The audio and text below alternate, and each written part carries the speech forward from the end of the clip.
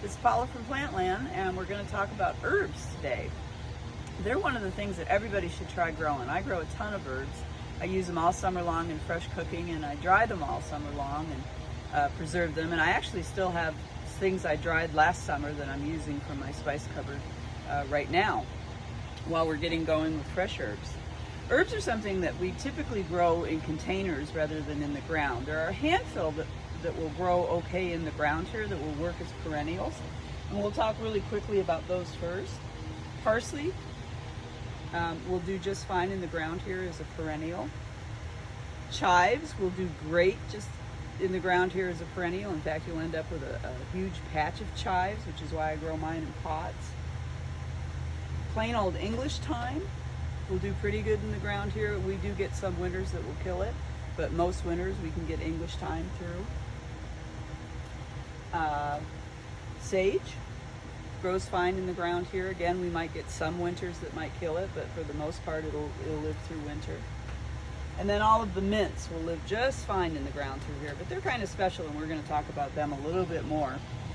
Planting mint in the ground, it's such an invasive plant, it's not a great idea.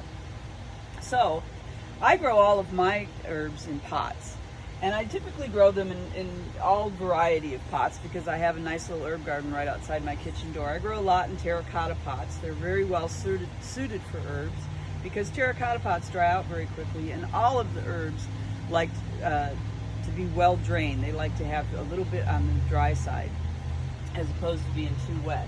And they're of course really great for all kinds of decorative pots, little pots like this.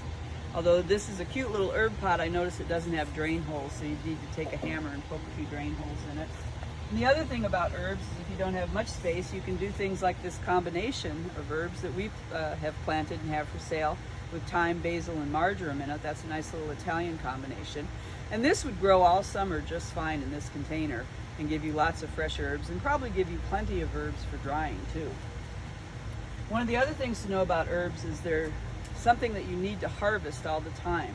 If you take something like basil and you don't harvest it, if you just kind of let it go and you're not using the leaves, what will happen is the basil will send up flower shoots, and then it's really going to stop producing very flavorful leaves.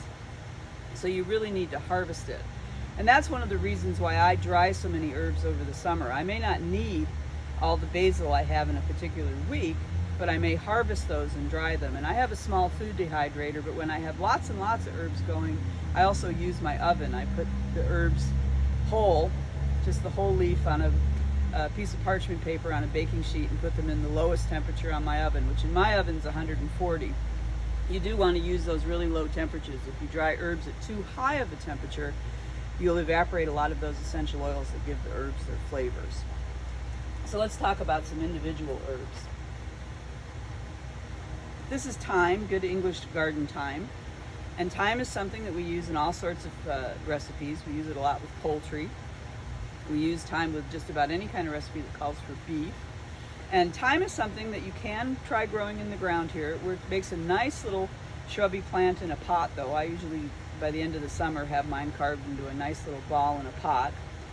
And thyme is very easy to grow, very tolerant of dry conditions, very tolerant of wet conditions. Here's one I haven't talked about yet, dill.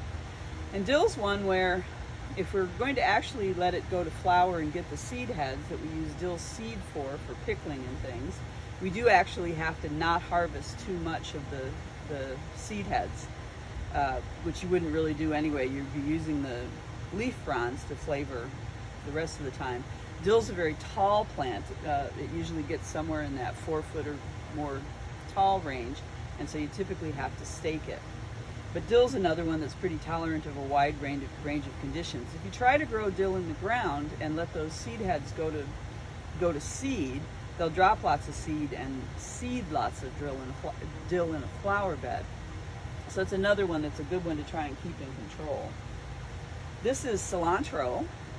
Really good herb to grow, really good herb to dry, because it can be a one that can be a little spendy when it's dry, when we're just purchasing it. And of course, fresh cilantro, you have to have that for salsa. Very easy to grow, very similar to parsley.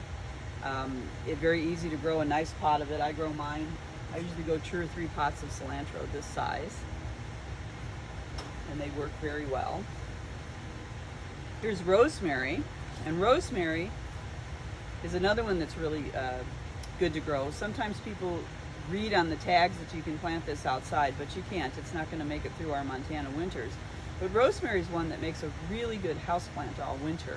I typically try to keep my rosemary plant, bring it inside in the fall, and keep it as a house plant for most of the winter until Plantland gets some nice big, better looking ones sometime in January. And Michelle's laughing because I always grab one of those and bring it home. Rosemary is one of those ones. People often ask us about growing herbs from seed, and we certainly sell lots of herb seed, and lots of these are fairly simple. Dill's a good example, parsley, basil, marjoram. Those are all ones that are fairly easy to grow from seed. Rosemary is a good example of one that's a little tougher to grow from seed. It takes a very long time for the seeds to germinate.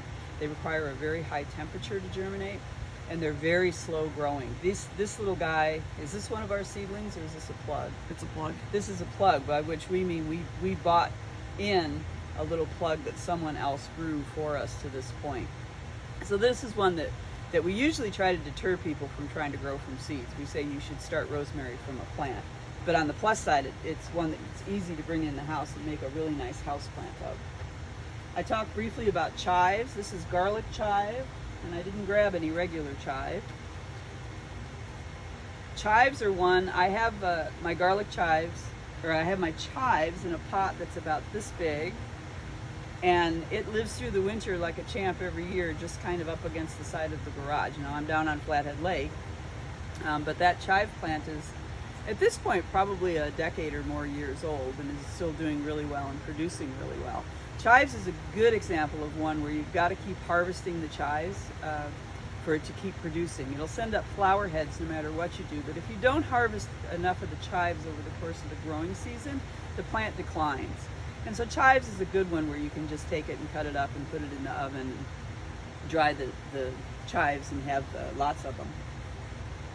Talk pretty quick about basil here. Basil's a little touchy to grow. Basil doesn't like to be too wet. It's one that really appreciates being pretty dry. The other thing about basil is it's very, very frost tender. It doesn't take very much cold weather for basil to turn tail and turn black. So if you're growing basil, now I've brought some of my basil home, some of these kinds of pots home, and I have them in our carport. Now our nighttime temperatures are getting warmer. It didn't get down much below 40 last night, and so the carport was just fine for something like basil. In other parts of the valley, it probably got far too cold for that basil to be outside. But basil is another example of one where you've got to harvest the leaves, even if you're not using them, because if you don't, it'll send up flowers and then it's just done for the summer. The last one I'm going to talk about really quick are the mints. Mints are a lot of fun to grow. I've got spearmint and peppermint here. And we used to have a big mint farming industry here in the valley. That's how well it grows in the ground here. But we really caution you about putting mint in the ground because it's a very invasive plant. If you put mint in the ground in a flower bed, for example, sooner or later all you're going to have in that flower bed is mint. So it's a very good candidate for growing in pots. It's one that's fairly easy, like chives, to overwinter in a pot and pretty easy to use. Mint is something that not everybody has lots of uses for, but you can use mint to make things like mint jelly. That's what I do. And there's one here that's specifically called mojito mint, and I think we all know what we do with that. So you can grow that nice and fresh for muddling for mojitos. But I really strongly recommend that you don't try to grow mint in the ground, even though it grows in the ground here, unless you want a big mint patch. The very last two things to talk about with mint are water and food. Like I said, most of them appreciate being run a little on the dry side, so if you're kind of a neglectful gardener, it's a good opportunity to grow a plant that doesn't mind that you don't water it very well. I grow mine in the hottest spot on my patio. It likes all that heat. In the hottest part of summer, I am watering them at least once a day. As far as feeding, I give them the basic dose of that little Happy Frog vegetable garden food that we put out. But the truth is, if you just plant them in a fairly good potting soil, they don't really need a ton of food for the whole summer. For the most part, you're trying to produce leaves, so you're looking for the formulas that have a higher nitrogen content. The kind of balanced fertilizers, 20-20-20s, that we use for house plants work perfectly fine for herbs. So that's a really quick overview of herbs. I'm sure we have a handout. In fact, I know we have a handout on the website, plant-land.com. So everybody should try some herbs this summer. We've got a lot of them in stock and they're doing really well, and it's the thing to be doing if you're growing all these fresh vegetables. So this is Paula from Plantland, and happy gardening.